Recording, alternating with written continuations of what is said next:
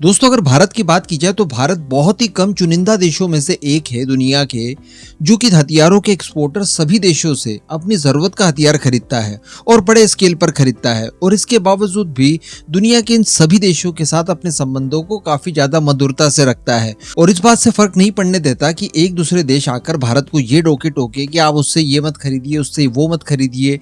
अगर कोई रोकने टोकने की कोशिश करता भी है तो भारत शॉर्ट आउट कर लेता है और एक ही समय में Bharat America, Russia, France, Israel या फिर यूरोप के अलग अलग देश इन सब से अपनी जरूरत का हथियार खरीद लेता है।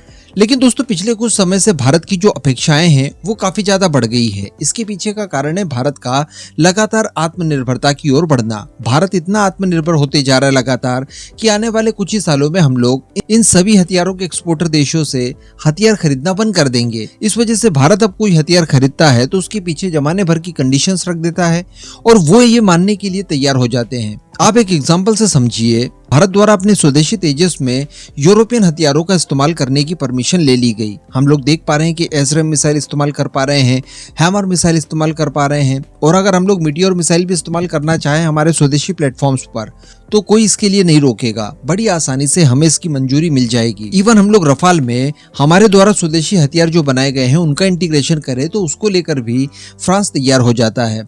लेकिन दोस्तों, मैं आपको बता दूं कि स्वदेशी प्लेटफॉर्म्स में तब तक विदेशी हथियारों का इंटीग्रेशन संभव नहीं हो पाया था जब तक कि हम लोग इसमें इजरायली रडार सिस्टम इस्तेमाल करते थे। जब भारत के DRDO द्वारा खुद के रडार सिस्टम तैयार कर लिए गए उसके बाद ही ये मंजूरी मिली है। यानी यहाँ पर सोचने वाली बात यह है कि यूरोपियन देश जो कि इजराइल से बहुत अच्छे संबंध रखते हैं, इवन इजराइल उन्हीं की वजह से बताया जाता है कि सरवाइव कर पाता है, वो भी इस बात के लिए तैयार नहीं हुए कि उनकी मिसाइलें इजरायली रडार सिस्टम के साथ इंटीग्रेट की जाए, क्योंकि उन्हें डर बना था कि हो सकता है कि इजराइल इसके जरिए डेटा कैप्चर कर लेगा और उसके बाद हमारे हथियारों की रिवर्स इंजीनियरिंग कर सकता है। लेकिन भारत के साथ ये समस्याएं नहीं है। यानी भारत विश्वास पात्र भी है कि किसी भी टेक्नोलॉजी का दुरुपयोग नहीं करेगा और दूसरी बात कि इतनी बड़ी मात्रा में खरीदता है कि इस तरह की शर्तें मंजूर करना उनकी मजबूरी बन जाता है। चलिए, यूरोपियन देशों और इजराइल का तो छोड़ दीजिए, काफी अच्छी केमिस्ट्री है इनके बीच में, तो भारत कैसे न कैसे इन्हें मना ही सकता है। लेकिन अगर बात की जाए इजराइल की और रशिया की कि इन दोनों को एक साथ एक ही पाले में लाकर खड़ा कर दिया जाए तो ये तो बिल्कुल असंभव सी बात है। दोनों देश बायलैटरल रिलेशनशिप ठीक ठाक एंजॉय करते हैं, लेकिन जो वैचारिक मतभेद हैं वो कभी ना खत्म होने वाले हैं, क्योंकि इजराइल जो है वो पूरी तरह से डेडिकेट है पश्चिमी देशों को और अमेरिका को। ऐसी परिस्थिति में रशिया के साथ उसकी स्वाभाविक बॉन्डिंग नहीं हो सकती, लेकिन भारत ने वो भी करके दिखा दिया। हम सभी जानते हैं कि भारत के पास MiG-29 नाम का एक फाइटर जेट है जो कि भारतीय वायुसेना और नौसेना दोनों ही इस्तेमाल करती है। अब इसे अपग्रेड करना हमारे लिए काफी जरूरी है, तो इसे स्वदेशी लेवल पर भी काफी अपग्रेड करने की कोशिश की जा रही है।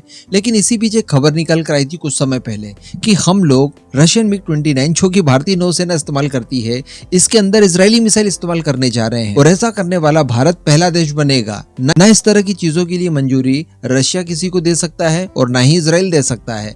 लेकिन चूंकि भारत का केस था, इस वजह से इजराइल और रशिया दोनों ने इसको लेकर मंजूरी दे दी और अब बताया जा रहा है कि ये प्रोग्राम पूरी तरह से सक्सेस हो चुका है। मैं बात कर रहा हूँ MiG-29 के अंदर रैम्पेज मिसाइल के इंटीग्रेशन को लेकर। सोशल मीडिया पर इसकी पहली फोटो भी आ चुकी है जो कि कुंतल विश्वास जी ने अपने ट्विटर हैंडल पर अपलोड की थी, जिसे कि आप इस समय अपनी स्क्रीन पर देख पा रहे हैं। इस मिसाइल को दरअसल हम लोग कंपेयर कर सकते हैं, ये काफी हद तक हमारी रुद्रम मिसाइल की तरह ही है। ये दुश्मनों के हाई वैल्यू टारगेट्स को 200 किलोमीटर की दूरी से बड़ी आसानी से न्यूट्रलाइज कर सकती है, काफी सटीकता से मार गिराने की क्षमता रखती है और दुश्मनों के एयर डिफेंस सिस्टम वगैरह को भी ये चकमा दे सकती है। तो बताया जा रहा है कि जो भारतीय नौसेना के पास इस समय 40 की संख्या में MiG-29 फाइटर जेट हैं, उन सभी के अंदर इसका इंटीग्रेशन हो चुका है, जिसके भारतीय नौसेना की जो फायर पावर है वो पहले की तुलना में काफी ज्यादा बढ़ गई है, क्योंकि जैसा मैंने आपको बताया कि 200 किलोमीटर इसकी रेंज है, यानी काफी ज्यादा सेफ डिस्टेंस से हम इसे फायर कर सकते हैं और दुश्मनों के जो भी नेवल ठिकाने वगैरह होंगे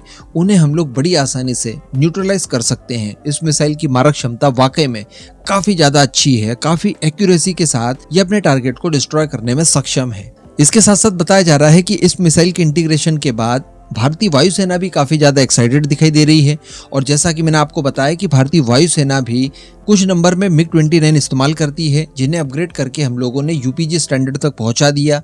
तो उसके अंदर भी रैम्पेज मिसाइल का इस्तेमाल करने की तैयारी में है इस समय भारतीय वायुसेना। तो भारतीय वायुसेना और भारतीय नौसेना दोनों ही अपने रशियन फाइटर जेट में इजरायली मिसाइल का इस्तेमाल करेगी।